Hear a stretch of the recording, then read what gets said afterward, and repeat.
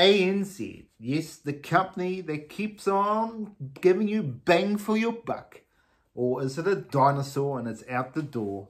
ANZ Group Holdings on the ASX, so the Aussie Exchange. We are going to do a stock analysis right here, right now for you. We're going to look at the key metrics, including revenue, net profit, shares outstanding, return on invested income, long-term debt, and everything in between. You get it right here, right now at Barry Charles. And if you stay to the end of the video, we will give you the intrinsic value possibly of the stock, and then I'll on a calculator, and then I will give my opinion on what I think the intrinsic value of the stock is. But let's get to it right here at Barry Charles. Remember to like and subscribe if you liked the video. Let's get to it. ANZ Group Holdings right here.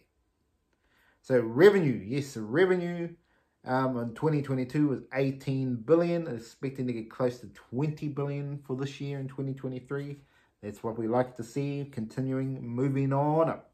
That's what you want to see. And the net profit is 7.1 billion. That's what I like. Very, very good from the revenue to the bottom. Nice to see. The market cap around 75 billion. So if you want to buy the whole company, that's how much you have to pay for this company right here, right now. Earnings per share to 2.3. P ratio of 11, so they're very much solid company, not much growth expected.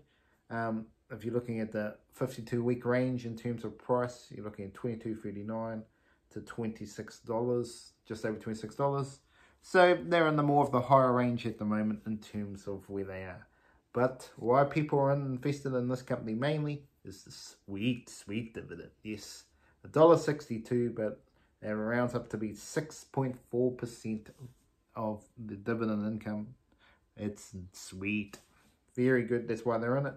I had a look at the insiders, very low insiders in this company. Only own 0.7% of the company. It's more institutions and 30% that own this company. So that's where that lies. So a lot of retailers and outside institutions are in this company. The assets versus liabilities. This is a big no-no for me. But banks are probably more like this. Assets, 1.9 trillion. But on the other side, liabilities, 1.1 trillion. So all these loan issues, all this stuff, it's not good. So really, but this is the banking world. So that's what happens, unfortunately, with them. How about the free cash flow of this company? $26 billion. Yes, $26 billion, folks. Nothing to sneeze at, but when you look at the long-term debt on $153 billion, then you go, well, you're going to take a while to pay that off, aren't you, mate? So that's the problem with the higher interest rates. So that's not a good thing, having all that debt, and it's double the debt of their market cap. So there you go, a lot of debt involved there. So that's not a good sign. Shares outstanding, $3 billion. The return on invested capital of 3%. That's just pathetic. Nothing need to write home about there. Not really something you should. Not impressive at all. But let's have a look, a bit of a bear case of this company. Let's have a look. Where do we see the problem? If you're looking at the moment, yes, mortgage rates keep going up, so more and more money for this company. That's beautiful to see. You're getting that sweet dividend. They continue to raise their dividend, keep doing that. Then all sky's the limit. Some people continue to buy out loans. All the developers continue to spread more and more money. It's a beautiful thing for the bank. And people keep spending credit card, beautiful. But on the flip side for a bank, when it goes all south and people crash their loans, they foreclose, credit card debt, they cut, they walk away, run away from their debts. They don't care about their bad credit, they just go. A recession could be on the way. These are all issues the bank always has to worry about. And if they're over leveraged, it can turn to catastrophic and be like Silicon Valley Bank and get rolled over. So that is the danger marks for banks, and with a high loan rate they got here, ANZ could be in danger of being a company that disappears into the future. So that's something you have to think about if you're invested in the company or have your money there like myself. Let's get to what you're all here for is we're going to have a look at the intrinsic value of ANZ Group Holdings. What is a possible intrinsic value group? So we're going to look at share price, earnings per share, the growth rate, and the current bond yield, which will give us a rough, simple intrinsic value. This is Graham's calculator. You can find this on Trade Brains. Just check up Trade Brains and it'll come up beautifully for you as a calculator to use for all your stock picking. Not financial advice. Do your own research before you invest into any stock. Do it at your own risk.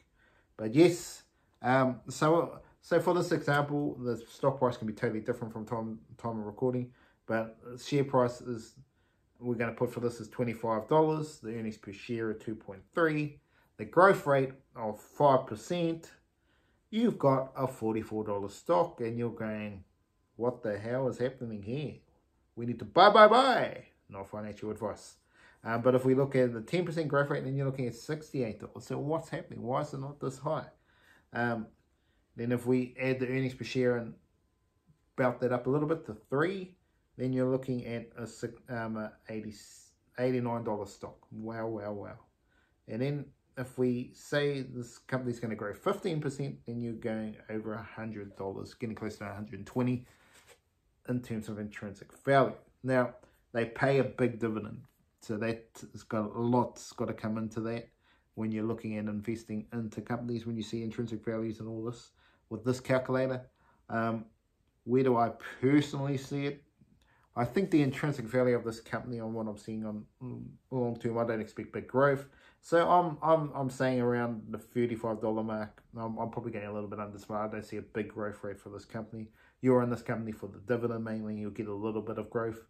But just, yeah, if the stock goes under $20, then you probably should look at loading the boat if you get that opportunity. It hasn't done it this year, but if we get into a recession type period, it's a better time to look at investing into the companies. If they're not going to disappear altogether, it's a good time to buy into banks. When you have a recession period, the best time to invest into banks whenever the banks are down. That's obviously for any stock, but that is what you need to do. So yeah, to me, in current prices, it's probably a little bit high. I think you'll do all right, but you're not going to make a lot of money.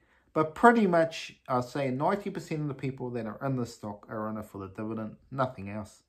And that's why they continue to hold. And obviously, institutions that have bank stocks have this one in their portfolio. But in terms of a stock to buy, to me, it's probably too overvalued. Well, not overvalued, but just too high a price for me for what sort of gain I like to get in investing in stocks. I like to get 100% ideally is what I aim for a start. And then from there, if you get higher and higher and higher, it's even brilliant. But when you buy a stock, you want to expect that the stock is going to go up at least 100% from where you are. That's the way I invest. And if you get a 1,000x, well, there you go. Well, not, yeah. So if you get stocks that really go flying to the moon, then good on you. But that is just a little bit of a insight into ANZ Group Holdings. I hope you got a bit out of it. Remember to like and subscribe to the channel. And remember to share this video with all your friends. Have an awesome day out there.